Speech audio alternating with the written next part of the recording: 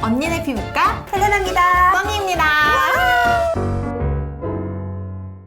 헬레나님, 예. 얼주 가시죠? 그렇죠. 얼어 죽어도 아이스 아메리카노. 아메리카노. 근데 아침에 뜨신 거 먹어요. 아이고. 저는 쪄죽 뜨거든요? 나 알아 이거. 쪄 죽어도 뜨거운 샤워. 오, 맞습니다. 여름이어도 배에는 이불을 덮어야 되고 또 샤워할 때도 여름에도 따뜻한 물로 샤워를 해야 되는 스타일이에요. 저희는 1년 365일 보일러가 돌아가거든요.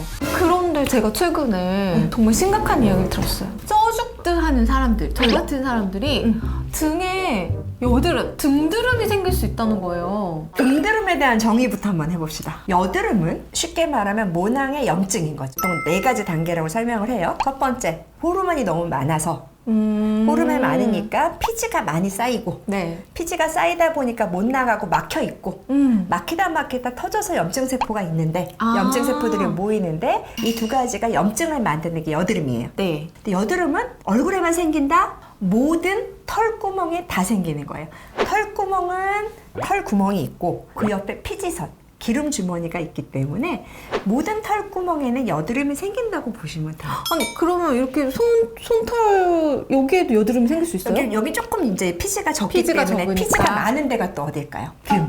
등. 그러니까 거기가 피지가 많이 생기고 여드름균도 잘 생기고 드물게는 곰팡이균이 자라면서 여드름을 만들 때도 있어요. 헐, 지난번에 얘기해 주셨던 게 네. 막 떠오르는데 특히 되게 이제 심각한 얘기잖아요. 막 건데. 웨이팅 열심히 하는 분들인데 막 스테로이드 먹어가면서 웨이팅이야?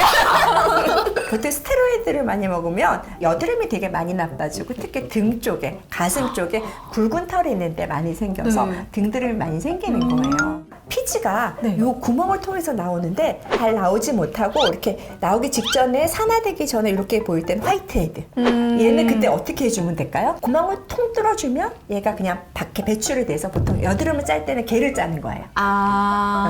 근데 제일 실수하는 게 뭐냐면 나오지 못하니까 그 안에서 산화가 돼서 까맣게 됐죠.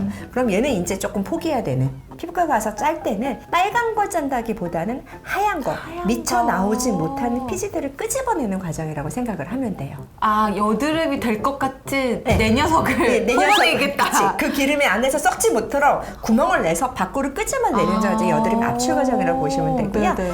까맣게 산화가 됐는데 쉽게 나오는 거면 저희가 짜서 이제 그 피지를 밖으로 빼내면 되는데 어떤 경우는 막혀서 있는 경우도 있어요. 그래서 그건 잘 판단을 해야 돼요.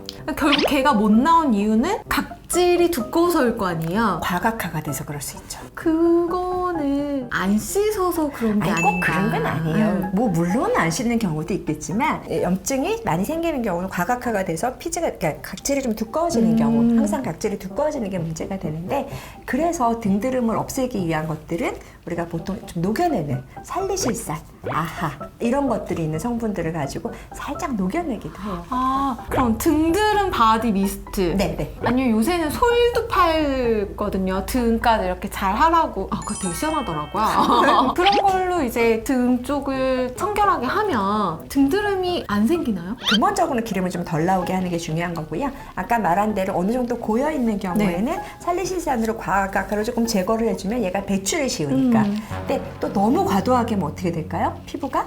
예민해지고 얇아지고. 그렇지. 자극을 받기 때문에 오히려 빨갛게 될 수가 네. 있어요. 그래서 등은 자주자주 씻 때 그땐 충분히 비누를 오히려 사용하라 그래요. 그런 분들은. 아토피처럼 예민한 사람들은 약산성의 비누를 사용하라 그러지만 오히려 등에 그렇게 여드름이 많은 분들은 오히려 pH가 좀 높은 그냥 소위 말하는 비누를 사용하는 권유드리기도 해요. 거기 이제 뽀득뽀득하게 뽀득뽀득하게 해서 피지를 조금 제거하는 게 더 중요할 수 있기 때문에. 네. 머리 감고 막 린스나 트리트먼트를 하면 그 물이 이렇게 등으로 흐르거든요? 그쵸? 그런 것도 등드름을 유발할까요? 가끔은 이제 저희가 헤어 컨디셔너, 뭐 린스 이렇게 부르는 것들이 약간 실리콘 성분들이 있는 경우가 있어요. 그래서 모공을 막는 경우가 있기 때문에 네네. 그렇게 등드름이 잘 생기거나 여드름이 잘 생기는 분들은 그런 실리콘 성분이 없는 그런 헤어 제품들을 사용하는 걸 많이 권유하게 되는 거고요. 등드름이 드물게는 곰팡이에 감염일 수 있기 때문에 여드름 치료를 했는데도 잘 안 될 때는 꼭 곰팡이에 대한 치료를 같이 해야 되고 이게 그냥 단순히 등드름이 아닐 수도 있기 때문에 그럼요. 너무 심각한 것 같다 하면은 무조건 병원에 피부 가서 가거든요. 어떤 경우는 먹기도 해요. 항진균제를 2주 정도 먹여서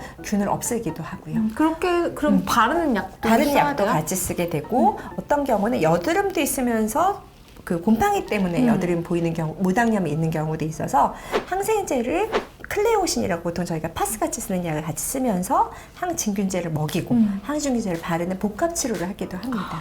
과도하게 뭔가를 제거하기 위해서 밀거나 자기가 스스로 하는 거는 오히려 손상을 더 잘 준다는 것만 잊지 않았으면 좋겠습니다.